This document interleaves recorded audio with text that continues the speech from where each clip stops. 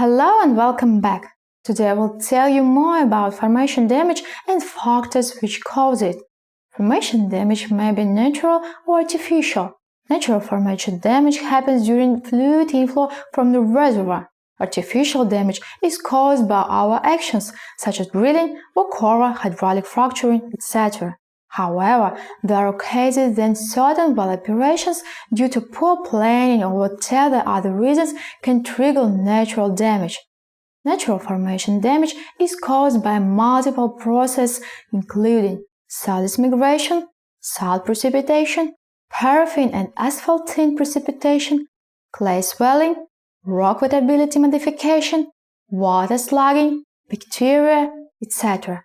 Incompatibility of drilling fluid with reservoir rock and formation fluids can cause damage as well. Now let us have a closer look at each of these. Solid migration. Very small particles of solid material carried by the fluid to the wellbore can plug pores, causing serious damage to the area within the radius of 1 to 1.5 meters around the wellbore. These solid particles are pieces of clastic minerals or clays. Various clays differ from one another not as much in chemical composition as in crystal pattern. Crystal pattern and contact area determine how easily clay particles will be affected by reservoir fluids. Of all clay minerals, kaolinite is the one that produces the most traveling particles. We can identify these problems using an electronic microscope or X-ray analysis, which is more reliable. The most dangerous clays from this point of view are kaolinite, montmorillonite, illite, and chlorite. Clay swelling. As the salinity of reservoir fluid changes, clays in rock can change volume. The probability of formation damage caused by this process depends mostly on clay type, composition, and location. The most swelling clay mineral is montmorillonite, which, if comes in contact with fresh water, can volumize 5 to 6 times. If most of the pore space is occupied by montmorillonite, a totally impermeable barrier may be created. Salt precipitation. Mineral salts are water-soluble chemical compounds that precipitate out of solutions after thermodynamic changes or contact with incompatible fluids. Salt precipitation can happen anywhere, in the reservoir, at perforations, in tubing or surface equipment. This becomes an issue if you produce an oil-water mixture. Salt precipitation can be triggered by changing in pressure, temperature, dissolved gas content, flow viscosity, that is, by virtually any factor disturbing fluid equilibrium. The most dangerous salt types are calcite, gypsum, barium sulfide, iron salts, and chlorides. Paraffin and asphaltene precipitation. This is a long-known issue, first documented probably in the late 19th century. Since then, multiple papers and books were published suggesting various solutions to this problem. Back then, people did not distinguish between paraffins and asphaltenes and called all solid organic precipitations paraffins. Organic precipitation starts as pressure and temperature drop. For example, well bottom hole can cool down as we inject a cold technical fluid, and this will trigger precipitation. To understand this issue better, let us discuss paraffins and asphaltenes separately. Paraffins are hydrocarbons coming from methane family. They start precipitating as pressure and temperature drop. The temperature at which the first paraffin crystal appears in solution is called the cloud point. So, to prevent paraffin precipitation, we need to keep temperature above the cloud point. When this is impossible, chemical methods can be used which will shift the cloud point itself. Paraffins can precipitate anywhere in the production system. Most often, this happens within the tubing at the wellhead, as this is the location of most crucial pressure and temperature drop. However, if the reservoir is well depleted or cyclic gas injection takes place, paraffins can precipitate on perforations and even in the near wellbore area. Asphaltenes, unlike paraffins, are much more complicated. They do not have a certain precipitation temperature, so heating will not help. At higher temperature, they just fall apart, producing solid particles. In oil, they exist in colloid solution, and its stability directly depends on the content of maltine resins.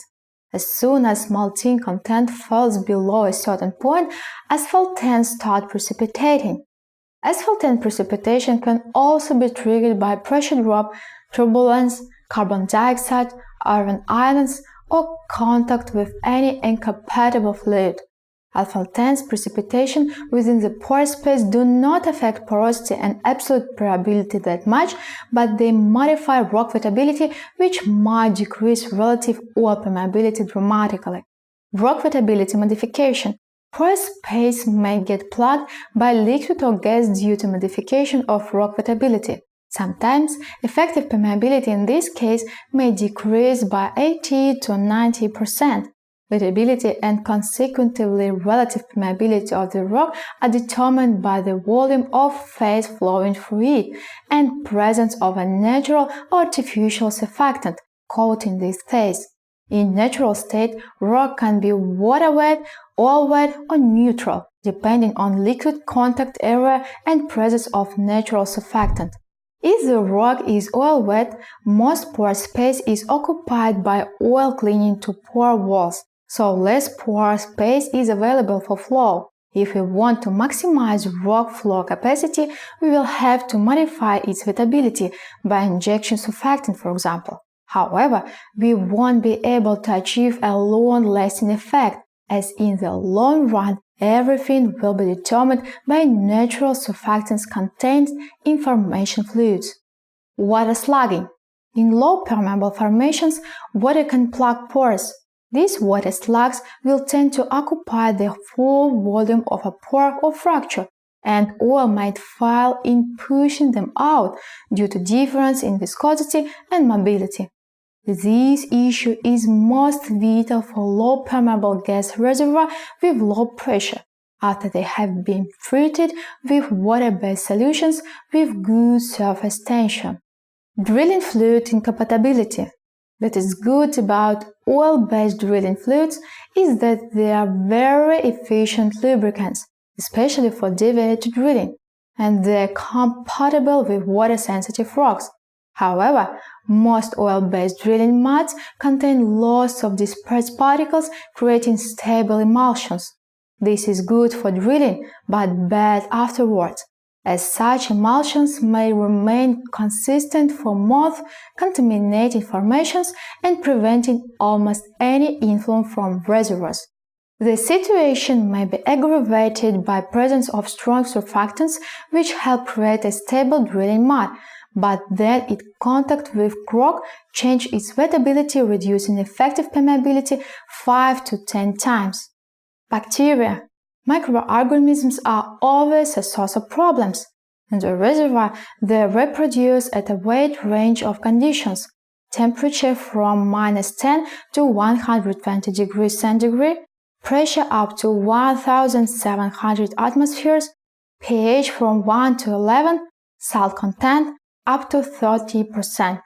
There are several types of bacteria: aerobic bacteria which require oxygen to live, anaerobic bacteria which do not require oxygen, facultative bacteria which are highly adaptable to living conditions. They are fine without oxygen, but in presence of oxygen, we will reproduce 5 times faster.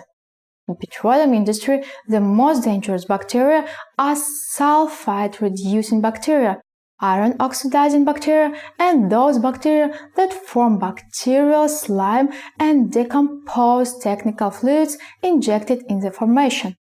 Sulfite-reducing bacteria cause most problems in the reservoir, as they consume sulfite and generate hydrogen sulfide.